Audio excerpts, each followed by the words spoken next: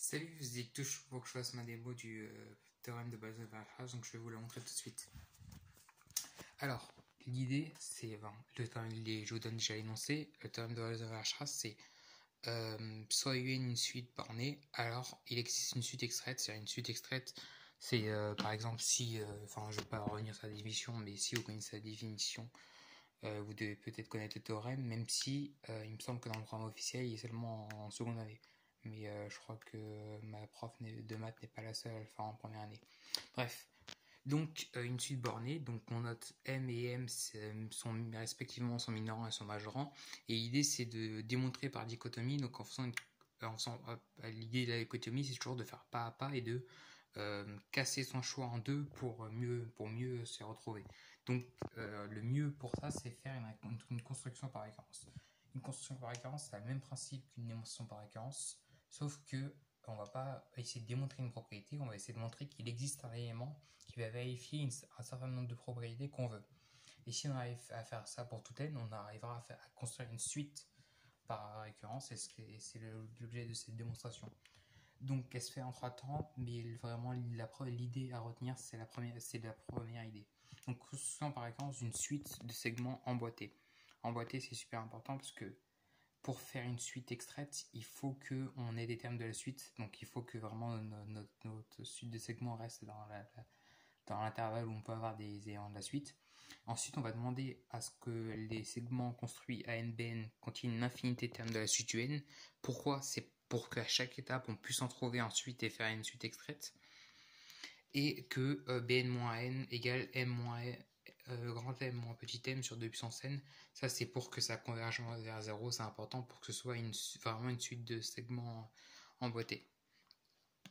Donc, initialisation, pour tout n, on a ça. Donc, c'est facile de choisir A0 égale M et B0 égale grand M. C'est une petite erreur. Et on a bien les trois, on n'a même pas besoin de vérifier que c'est des segments emboîtés vu que c'est initialisation. Par contre, ces deux propriétés sont bien vérifiées puisque forcément ça contient une infinité de termes de la suite pour tout n et que la longueur du segment est bien m-m sur 2 puissance 0. Donc itération, on considère un entier n quelconque et on suppose qu'on a déjà construit le segment ANBN.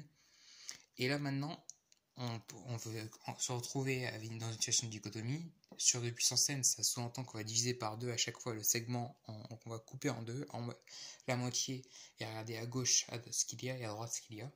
Donc l'idée c'est de poser f l'ensemble de tous les des termes de la suite qui sont déjà dans NBN, G1 ceux qui sont dans la première moitié à gauche, si on coupe le segment en deux parties égales au milieu, et G2 l'ensemble des termes qui sont à droite de la suite.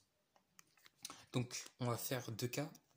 Si l'ensemble G1 est infini, c'est direct. On prend AN plus 1 égale à N, BN plus 1 égale à N plus BN sur 2.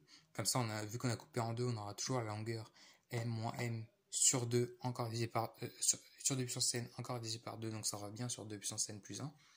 Donc c'est ce que j'explique ici.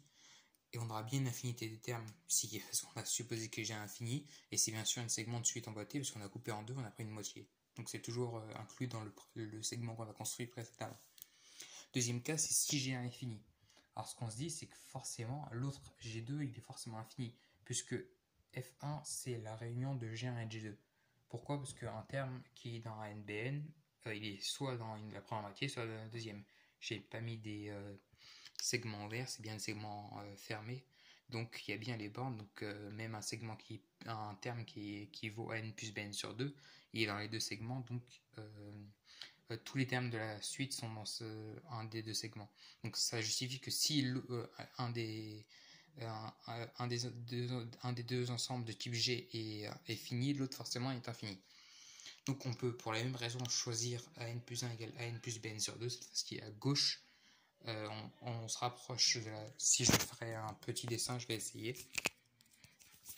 Dire si là on a notre segment AN BN, la moitié AN plus BN sur 2. S'il y a une infinité de termes ici, on va prendre notre segment ici pour AN plus 1, BN plus 1. Si on a une infinité de termes ici, on va prendre notre segment ici. Et ainsi de suite. Donc, On a donc bien construit un segment qui est convenable dans les deux cas. Donc maintenant on peut conclure en vertu des principes de concurrence qu'on a construit une suite de segments en mode convenable. Ensuite, la deuxième étape et la troisième étape, je ne les ai pas détaillées parce que c'est les plus faciles une fois qu'on a fait cette étape. La construction par occurrence de la suite extraite. Maintenant qu'on a construit des segments, qu'on a construit des segments dans lesquels il y a une infinité de termes de la suite, à chaque étape, on va choper dans NBN, prendre un terme au hasard, et ça va aller. Et ensuite, à la fin, on aura tout le temps que la suite extraite, si par exemple on a une note xn, que xn est borné par bn et an. Sauf que la limite de la différence, c'est 0.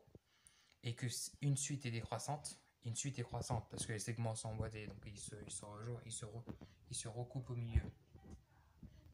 Donc, on peut conclure par encadrement que la suite extraite va tendre vers une limite finie, d'après le théorème des suites adjacentes, celui des segments emboîtés, vu qu'on a des suites adjacentes à NBN, elles convergent vers une limite finie, et ça va être la même pour la suite extraite.